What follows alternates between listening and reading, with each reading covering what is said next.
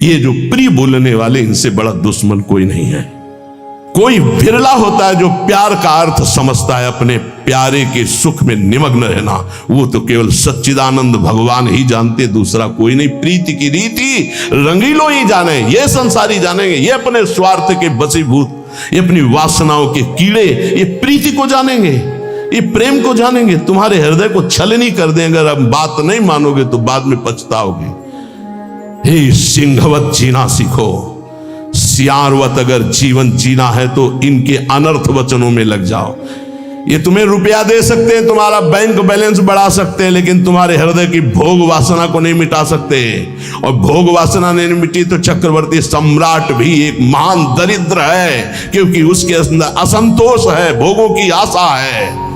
और फिकर फारी फकनी करे ताको नाम फकीर। कोई चिंता नहीं, कोई परवाह नहीं, इससे बड़ी कोई स्थिति नहीं होती। वही तुम्हें गुरुदेव देना चाहते हैं। इसलिए स्वीया सर्वे जिघांस्यत्यः पौमृषा स्नेह पाशैर निबद्ध। ये जो आपको भगवत प्राप्ति में रुचि नहीं उत्पन्न हो पा रही, भजन में अधिक लगन नहीं हो पा रही है, उसका कारण है तुम्हारी देह प्रियता और तुम्हारे देह संबंधियों की प्रियता। बड़ा सुख मिलता है हृदय को जब देखना हृदय में ये कौन है, ये अमुक है, ये अमुक है, रिश्ते नाते, ऐसा जब देखते हो तो कैसा लगता है। और जब प्रियाजू की बात होती तो कैसा लगता है। क्या प्रियाजू किसी रिश्तेदार जैसा सुख, किसी नातेदार जैसा सुख प्रियाजू से मिलता है क्या? और जबकि सच्चा रिश्ता नाता केवल प्रियाजू से। प्रिया लाल पराये लगते हैं और ये मौसी मौसा फूफा फूफी फू जो माया में उड़ जाने वाले हैं, ये संबंध ऐसे घने लगते हैं। असली रिश्ता इतना छोटा, इतना कमजोर, और नकली रिश्ता इतना जोर का कि असली रिश्ता फीका पड़ जाए। यही तो बात होती है, यही तो परीक्षा होती है तुम्हारी कि तुम्हारा प्रिय कौन है, गुरुदेव हो, इष्टदेव हो या संबंधी। बस राधे श्याम, आप इस समय तो नहीं मिल सकता है, हमारे वाणी पाठ का समय यदि आपको मिलना है तो आप हम समय देंगे, फिर आप आइए। कौन सा ऐसा दृढ़ संबंध जो हमारे प्रिया प्रीतम से भी श्रेष्ठ हो। प्रवचन खूब सुन रहे हैं, परिवर्तन बिल्कुल 100 में 1% नहीं है।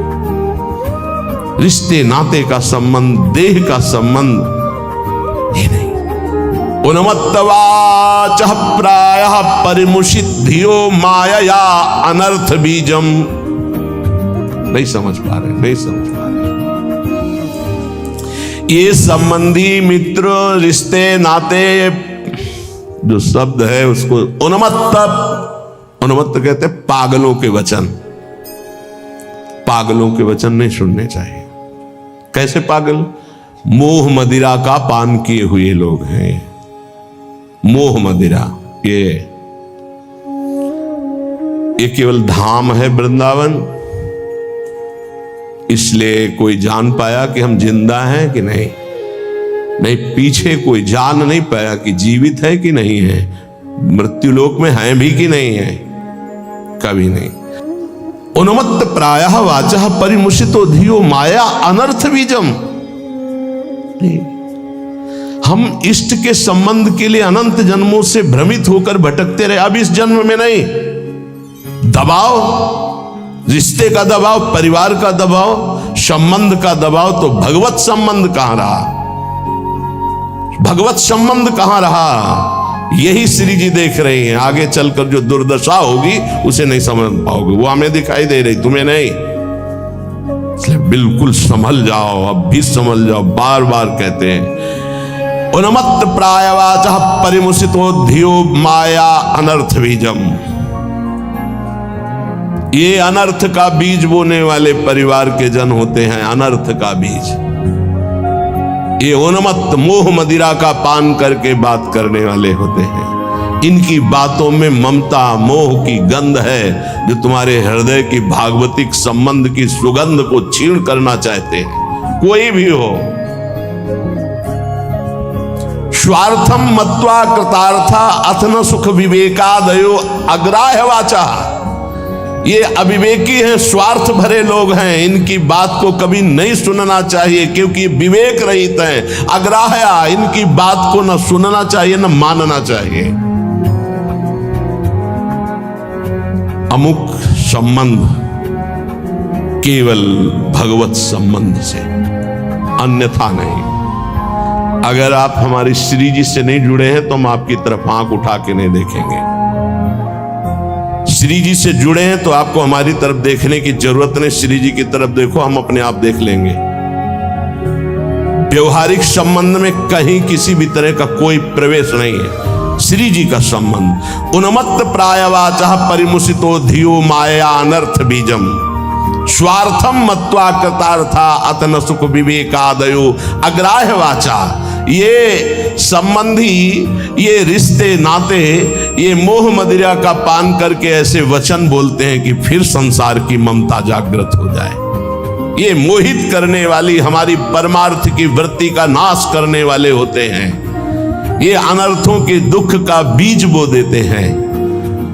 ये विवेक रहित बोलते हैं, इसलिए इनकी बात अग्राह्य वाचा, इनकी बात सुने मत, नहीं तो परमार्थ भ्रष्ट हो जाएगा।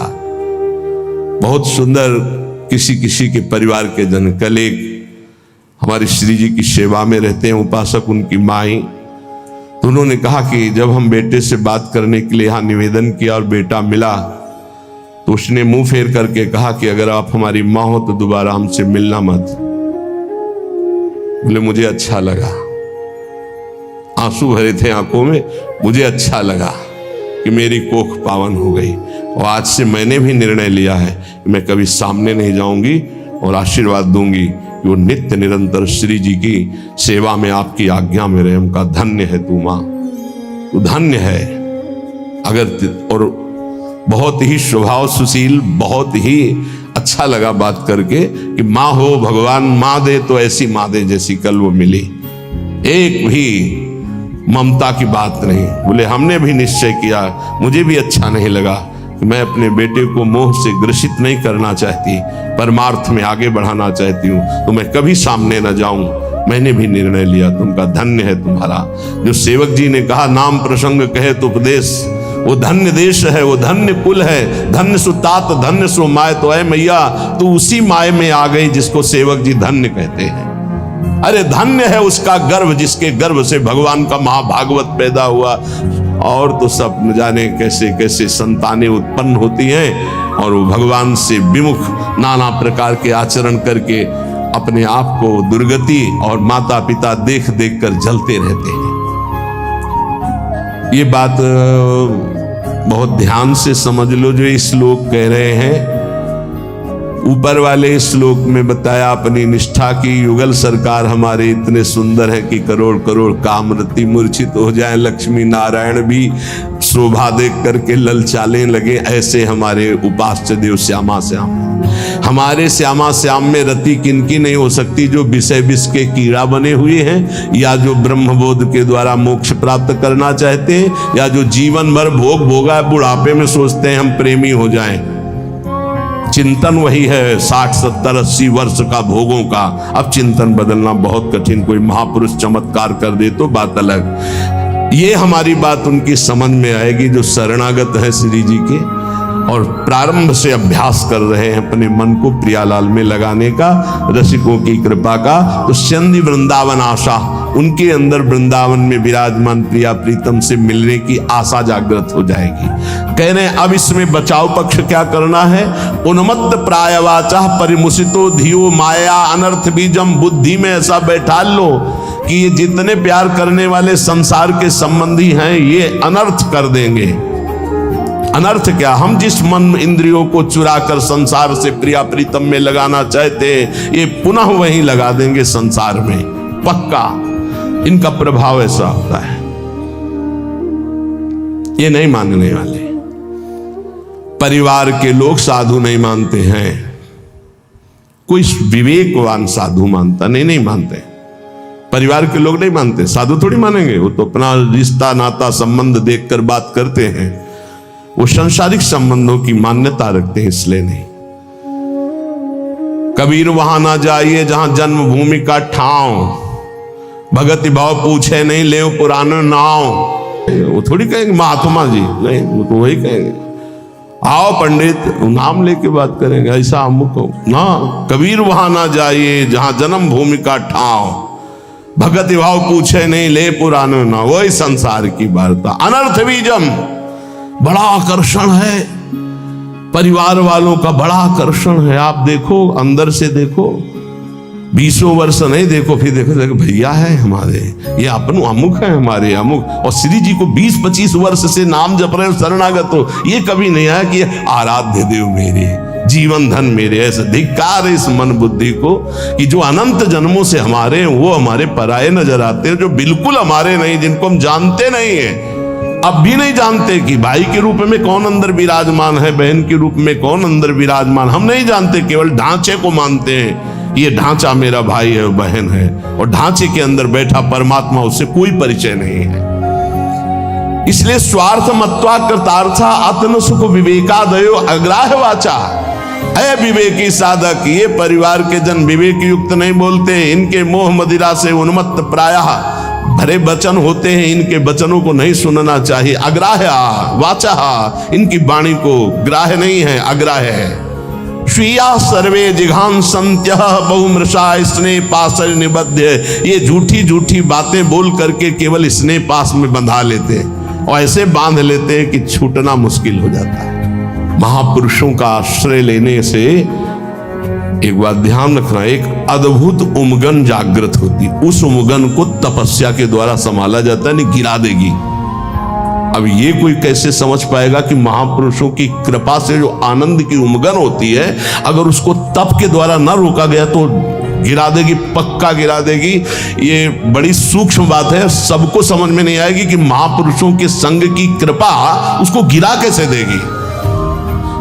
भगवदानंद की जब अनुभूति हो तो उदासीनता बाहर इतनी हो जानी चाहिए कि तुम्हें देखना कोई पसंद न करे। ध्यान रखना, ये अनुभव की बात कह रहा हूं। जब आनंद की उमगन हो, भगवदानंद, तो एकदम उदासीन हो जाना, मन बहिर्मुख बिल्कुल न होने पावे, किसी से अपनापन न होने पाए, तो वो भूमिका बदल देगा। महापुरुषों के संग से बिना साधन के भी आनंद की उमगन होती है। उस आनंद की उमगन को बिल्कुल वैराग्य और तप के द्वारा सहा जाता है, तब वो जाके महानता को प्राप्त हो, वो समझ नहीं पाए। तो यहां ये कह रहे, उन्मत्त प्राय वाचा परिमुसितो धियो माया अनर्थ बीजम। ये जो कह रहे हैं इसको बात समझ लो, यही तुम्हारे जीवन का पतन कर देगी, चाहे गृहस्थी में चाहे विरक्ति में हो। इस बात को अच्छे से समझना। उन्मत्त प्रायः वाचा परिमुसितो धिया माया अनर्थ बीजम।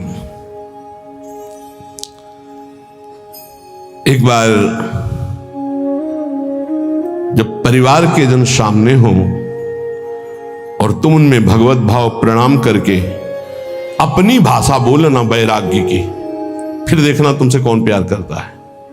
तुम उनकी भाषा में मत आ जाना, अपनी भाषा में बोलना जो साधु की भाषा होती, फिर तुम्हें असलियत में समझ में आएगा कि कौन प्यार करता है, कोई नहीं। जब तुम उनकी भाषा बोलते हो तब बात अपनी भाषा में सदैव हो, भक्त अपनी भाषा में। ये जीवन अब ऐसा दांव नहीं हमें चूकना कि इस जन्म में मुझे भगवत प्राप्ति न हो। ये बहुत अंदर की बात समझ लेना। उन्मत्त प्राय वाचा परिमुसितो धियो माया अनर्थ बीजम, बिल्कुल 100%। अगर पारिवारिक मोह के जाल में फंस गया, चाहे गृहस्थ हो चाहे विरक्त हो, निकल नहीं सकता, इतना बड़ा जाल है। स्वार्थम मत्वा कृतार्था अतन सुख विवेकादयो अग्राह्य वाचा। कैसे तुम्हें बताएं, बाहर थप्पड़ लगता है तो उसके लिए औषधियां होती, लेकिन जब हृदय की मार होती तब कोई औषधि नहीं होती। इसलिए आपसे प्रार्थना कह रहे, अब भी संभल जाओ, अब भी संभल जाओ। तुम्हारा वैराग्य स्वरूप है तो तुम लोग अपने वैराग्य की इज्जत की रक्षा करो।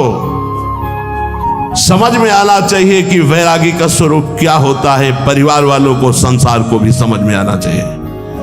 आपका अपने ठाकुर सेवा, अपनी भगवत सेवा, अपने दिनचर्या इतना महत्व हो कि सामने वाला 1 घंटे दरवाजे पे खड़ा रहे और सोचे कि क्या इनकी भागवतिक रति है। ऐसे संकेत में श्री जी आपको समझा रही हैं स्वार्थम मत्वा कृतार्था अथन सुख विवेकादयो अग्राह्य वाचा। ये विवेक रहित बोलने वाले संसार के अग्राह्य वाचा, ये नाशवान शरीरों का संबंध तुम्हें अविनाशी बना देगा, तुम्हारा साथ देगा। ये मरण धर्मा शरीर है, अविनाशी परमात्मा की शरण छोड़कर इनके इंद्रियों की गुलामी के लिए किसी व्यक्ति वस्तु का आश्रय धिक्कार है जी। हम कामी हैं, क्रोधी हैं, लोभी हैं, लेकिन श्री जी लालजू को छोड़ दें ऐसा तो हो ही नहीं सकता। इतना तो रख लो, इतना तो रख लो, हमारी बात तो समझो। हम नीचता नहीं छोड़ सकते तो श्री जी को कैसे छोड़ सकते? हम नीच हैं मानते हैं, हम पतित हैं मानते, लेकिन हम आपको नहीं छोड़ सकते। हमारा स्वभाव नहीं छोड़ सकना, हम नीचता नहीं छोड़ सके, काम नहीं छोड़ सके, तो नाथ आपको कैसे छोड़ सकते हैं? अब आपके गले पड़ गए। अगर हम कामी हैं तो आपके हैं, पतित हैं तो आपके, आपको नहीं छोड़ सकते। इतना तो पकड़ लो यार, इतना तो पकड़ लो। हम संसार को पकड़े हुए हैं, माना नहीं छोड़ पा रहे, लेकिन हे संसार के स्वामी, हम आपको भी नहीं छोड़ पाएंगे। अब नहीं हो सकता कि मैं आपको छोड़कर संसार का पूर्ण आश्रय ले लूं, पर संसार को छोड़कर आपका पूर्ण आश्रय ले लूं, इतनी भी सामर्थ्य नहीं रह गई। तो कम से कम प्रभु को तो पकड़े रहो। लेकिन अनर्थ वाचा, देख लो, हम एक साधिका की बात करते हैं। भाई जी महाराज के प्रवचन सुनकर के एक साधिका ने भाई जी को गुरुदेव माना। कभी नहीं देखा था, केवल कल्याण पत्रिका पढ़ी और भाई जी के वचन पढ़े और गुरुदेव माना। भाई जी की छवि कहीं से पता लगी तो मंगाकर अपने सिंहासन पर विराजमान, रात दिन दरवाजा बंद, घर के सदस्य उसे भोजन दे देते, बस दरवाजा बंद, नवयुवती भाई जी की छवि। रात एक दिन उसके अंदर इच्छा आई, क्या मैं अपने गुरुदेव को कभी भर नेत्र से देख सकती हूं सामने से? वो सत्य सच्चिदानंद में मेरे गुरुदेव क्या कभी चलकर मेरी कुटिया में? असंभव। किसी नगर के किसी एक घर में बंद वो रात दिन गुरुदेव के अनुसार भजन करती, और इच्छा जागृत हुई कि अब भाई जी कभी चलकर हमारे दरवाजे पर आएंगे। पर जाकर जही कर सत्य स्नेहु सोते ही मिले न कछु संदेह।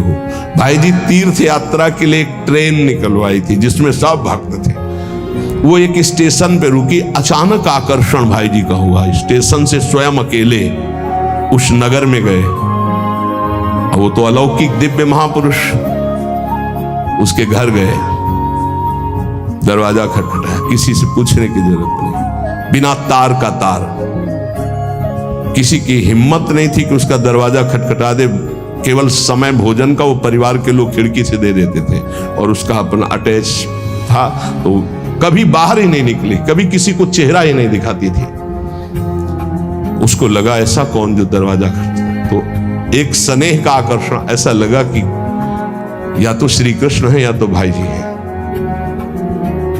कि तुम रामदीन अनुरागी, कि तुम हरिदासन मां कोई, मोरे हृदय प्रीति अति हुई। जैसे विभीषण जी को लगा या तो कोई बहुत बड़े हरिदास हैं जो सामने, या स्वयं हरि हैं जो विप्र रूप में है, या तो कोई बहुत बड़े भगवान के भक्त हैं, या तो स्वयं भगवान के मेरे हृदय। ऐसे उस देवी का हृदय बोला या तो श्री कृष्ण साक्षात आए हैं या तो भाई जी आए हैं।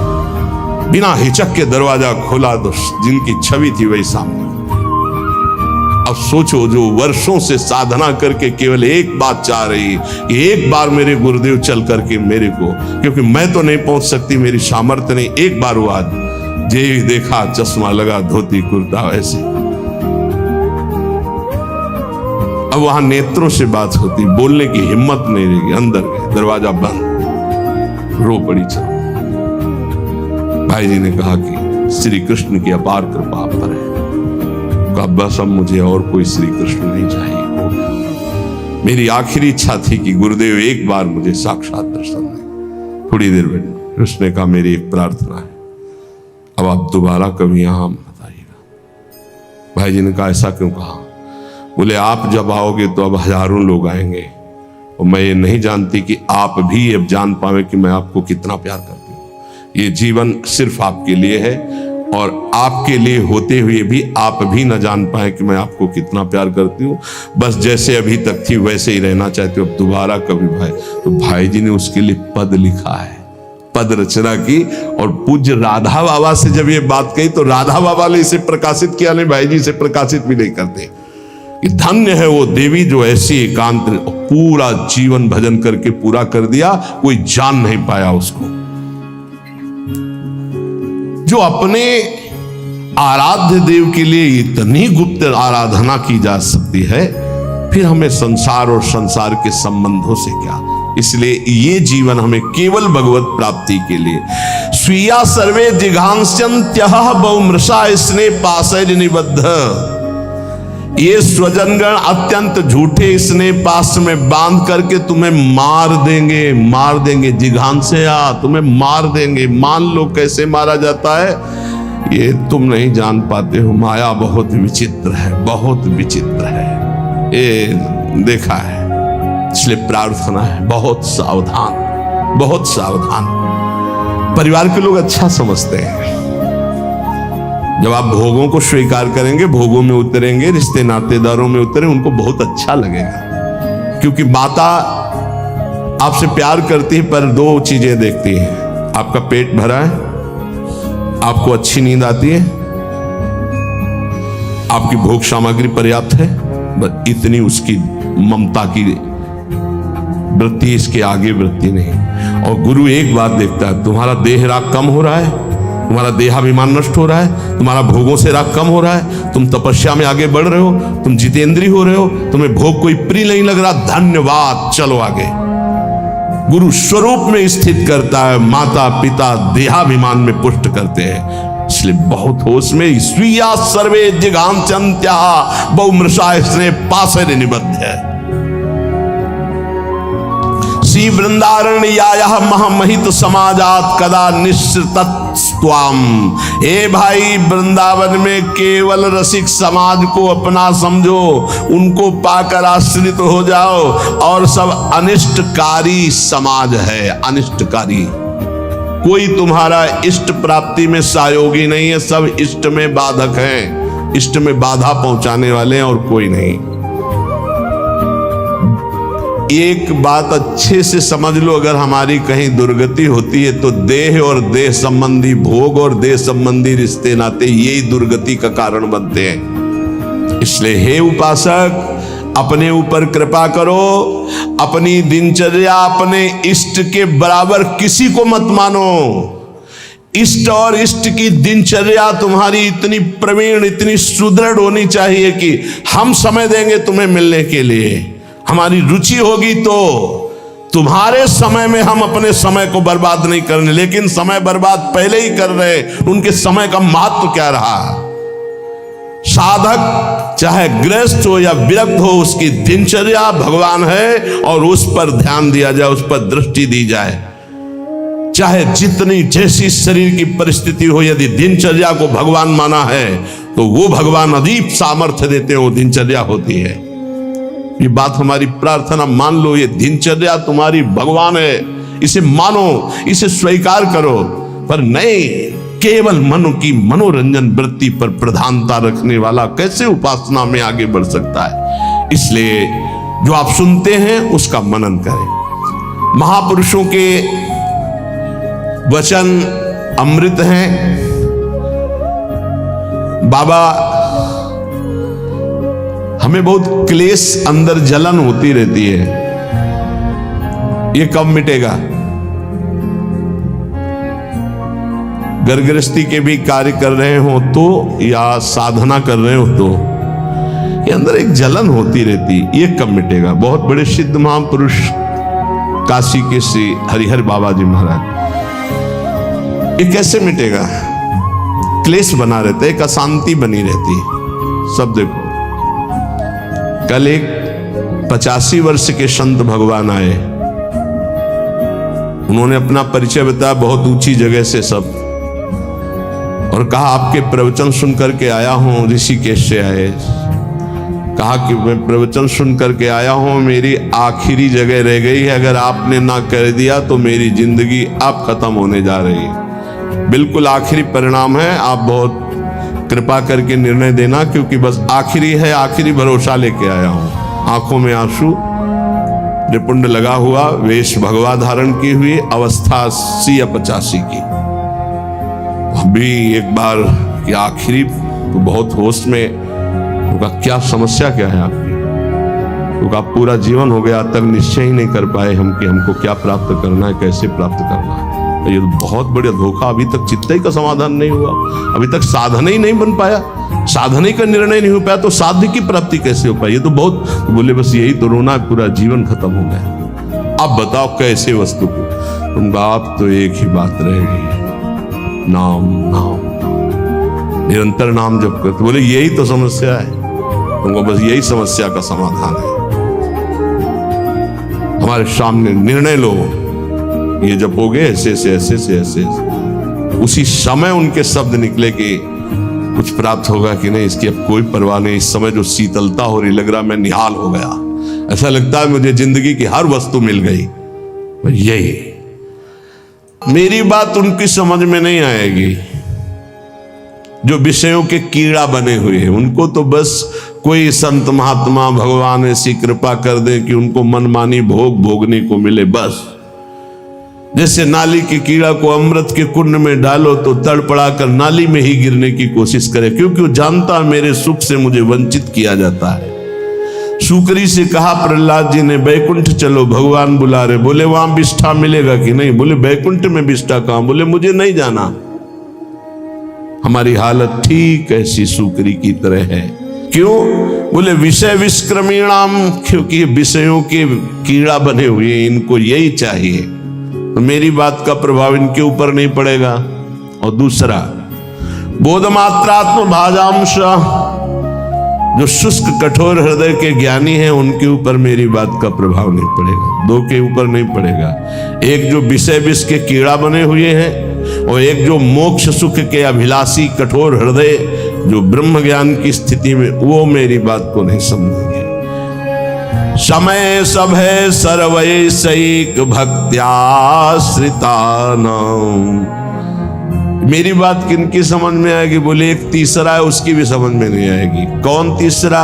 वृद्धावस्था हो गई, जीवन के भोग भोगते हुए अब वो सोचता है कि मेरा कल्याण हो जाए, कोई उपाय ऐसा बता दे। तो बोले मेरी बात समझ में नहीं आएगी कि सब आश्रयों को छोड़कर, सब चिंतनों को छोड़कर श्यामा श्याम के चिंतन में मगन हो जा। वो असमर्थ है, नहीं कर सकता। तीन मेरी बात को नहीं समझ पाए। एक तो घोर विषयी जो विषय का कीड़ा बना हुआ है, एक जो मोक्षाभिलाषी अद्वैत निष्ठा को प्राप्त ब्रह्म ज्ञानी है, तीसरा जो जीवन भर विषय भोगा है, बुढ़ापे में सोच रहा है मेरा कल्याण कैसे होगा। तो अब ये बात हमारे जो प्रिया प्रीतम के प्रेम की, उसकी समझ में नहीं आए, क्योंकि जीवन भर मन और इंद्रियों ने अभ्यास भोगों का किया है। तो बुढ़ापा में भोग चिंतन ही होगा, योग चिंतन नहीं होगा। अचानक किसी महापुरुष की कृपा हो जाए तो बात अलग है। बोले अब हम बात करते कि हमारी बात किसको समझ में आएगी? बोले भक्त्याश्रिता नाम, जिसने भक्ति का आश्रय ले लिया है, हृदय भक्ति युक्त होकर भगवद आश्रित है, उसको ये बताया हुआ मेरा मार्ग रुचिकर लगेगा, रुचिकर लगेगा। क्या? कि वै ममल सुखौघम, जितना भी है सब पाप प्रकट करने वाला ही है, इंद्रियों का भोग। जो भक्त है, भक्ति का आश्रय लिए, वो जानता है कि इंद्रियों की विलासता केवल पाप करवाती है, ये सुख नहीं है। सुख के भ्रम में अपराध बनता है। तो शनि वृंदावन आशा, सुख की आशा कहां है? बोले वृंदावन की आशा जिनके हृदय में जागृत हो गई। वृंदावन दर्शन करना, वृंदावन 1-2 दिन वास करना, या वृंदावन आजीवन वास करना। क्यों? क्योंकि यहां का वायुमंडल ऐसा है जो आपको भक्ति के रंग में रंग देगा। एक ब्रजवासी परम पूज्य जन पधारे तो से प्रार्थना की कि आप तो श्री जी के निज पार्षद भगवत स्वरूप हैं। उन्होंने कहा कि आप कहते हैं श्री जी के स्वरूप है, तो मुझे अनुभव क्यों नहीं हो रहा कि मैं श्री जी का पार्षद हूँ, श्री जी का स्वरूप हूँ? क्यों नहीं अनुभव हो रहा? धाम में रहता हूँ, ब्रजवासी हूँ, निज परिकर आप कह रहे हो, मैं मान गया, मैं निज परिकर हूँ ये भी मान रहा हूँ, लेकिन मेरे को क्यों अनुभव नहीं हो रहा? तो जेब में तुम्हारे हीरा रखा है, जौहरी कह रहा करोड़ों खाए तो मान लो तो जान जाओगे। जान के मानना बड़ा कठिन है, मान के जानना सरल है। आप हो भगवत स्वरूप, लेकिन आप अपनी बात को स्वीकार नहीं कर रहे हो, आप जानना नहीं चाह रहे हो, इसलिए आप नहीं जान पा रहे हो। बाहर से आया हुआ जानना चाहता है तो वो जान जाता है, घर में रहता हुआ जानना नहीं चाह रहा, इसलिए वो नहीं जान पा रहा है। अगर वो जानना चाहे तो बहुत जल्दी जान जाए कि उसका जन्म ही भगवत स्वरूप हुआ है। इस रज में जो उद्धव शनकादि शिवादि रज चाहते, माँ के गर्भ से सीधे इस रज में आया, अहो भाग्य। निज वो भगवत पार्षद है, पूर्व में उसका बहुत बड़ा भजन बन गया है। अब वो अपने स्वरूप को भूल करके फिर व्यवहार में फंस गया, इसलिए अपने स्वरूप को नहीं जान पा रहे। जानना चाहे तो बहुत जल्दी जान लो, ना जानना चाहे तो पूरा जीवन निकल जाएगा, वो जान नहीं पाएगा। जैसे भगवान श्री द्वारिकाधीश इतने बड़े परिवार में साथ रहते थे, कोई बिरला जान पाया कि सच्चिदानंद है, नहीं भगवान को भगवान नहीं जान पाया, भगवान को भगवान के रूप में नहीं जान पाए। सब यदुवंशी नहीं जानते थे कि ये कौन हमारे बीच में विराजमान है।